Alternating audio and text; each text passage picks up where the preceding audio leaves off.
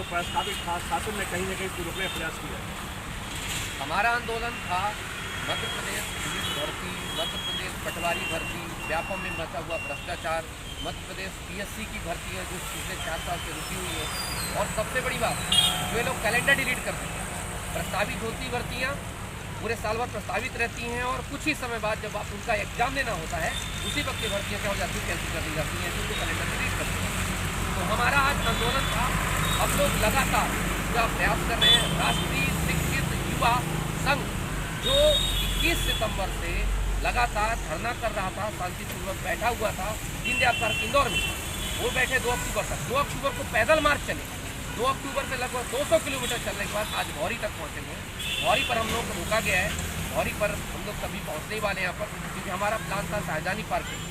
Shahjahani park अपना चल के हम ज्ञापन देते, लेकिन सरकार इतनी निकम्मी है, सरकार के इतना निकारापन देखिए कि बच्चे जो पैदल चल करके, पैदल मार्च करके आए हैं इंदौर से, उनको रोक लिया। उनका ज्ञापन तक सीएम आवास में नहीं पहुंचाने के लिए रोकने की बात है। ये बताइए सीएम अगर इन बच्चों को मिले किससे मिले?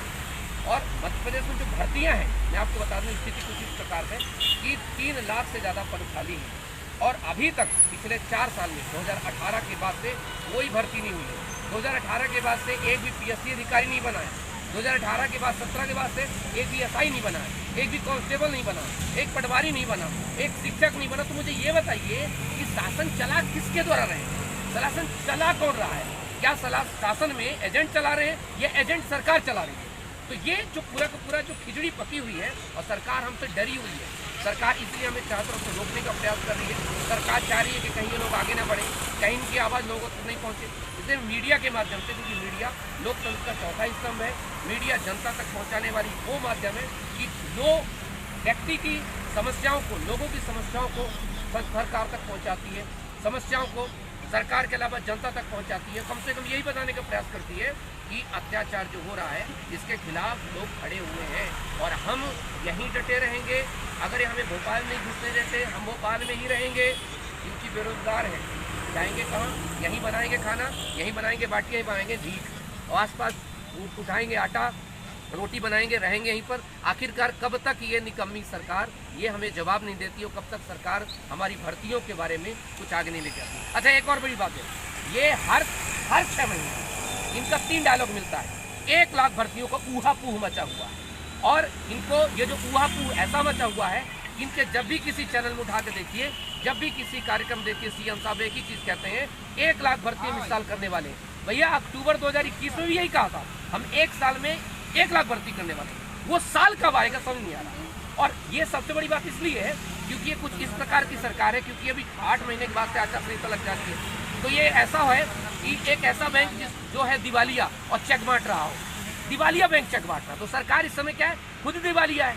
क्योंकि 8 महीने बाद जब लग जाएगा आचार संहिता, आप 1000 भर्ती करवा नहीं पा रहे हो और आप कैसे कह सकते हो कि हम 1 लाख भर्ती करवाएंगे? ना आपकी दशा है, ना आपकी दिशा है, ना कैलेंडर है, ना व्यवस्था है, तो आप कैसे करवाएंगे?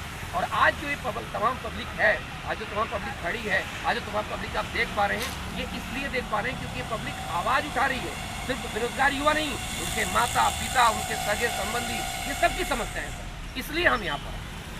ये जो युवा हैं जो अपने दम पे गवर्नमेंट बनाते हैं और गवर्नमेंट बदलने की क्षमता रखते हैं, क्या ये युवा देश के चुनाव में अपना दम दिखाएंगे? बिल्कुल दिखाएंगे। देश के चुनाव में हम कोशिश करेंगे कि विकल्प तलाश करें।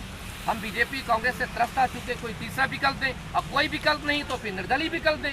और तय है ना, जो सरकार रोजगार दे न सके वो सरकार निकम्मी है, और जो सरकार निकम्मी है वो सरकार बदलनी है। अरे कम से कम कुछ नहीं करेंगे, निर्दलीय खड़े होकर के वोट तो काटेंगे इनका, पर इनसे लड़ेंगे हम और हर हाल में लड़ेंगे। गांव-गांव तक जाएंगे, तहसील तक जाएंगे और प्रचार करेंगे। ऐसे भ्रष्टाचारियों को, ऐसे असंवेदनशील सरकारों को मत बना दीजिए जो अपने दम में है, अपने घमंड में चू रहे हैं। जो युवा बेरोजगार हैं उनको क्या मैसेज दे रहे हैं आप संदेश? जितने बेरोजगार युवा हैं उनको बस इतना ही मैसेज है कि अगर वास्तविकता में पढ़े हो, साक्षर नहीं हो, क्योंकि साक्षरता का मतलब होता है पढ़ना और लिखना, और एजुकेशन का मतलब what to read, what to write, what to understand, what to express and what to fight. अगर रियल में एजुकेशन है आपके पास तो अपने अधिकारों के लिए खड़े हो जाइए, अपने अधिकारों घर से बाहर निकलिए, क्योंकि जब तक आप घर के बाहर नहीं निकलेंगे तब तक आपको रोजगार नहीं मिलेगी। क्योंकि सरकार तो चाहती है कि आने वाली पीढ़ियां मानसिक नपुंसक हो, जेबे जुबान हो, मुंह हो, लेकिन वो गुलाम ऐसी हो कि जहाँ पे बोले हाँ तो यस, नो बोले तो ना, तो बोले नो।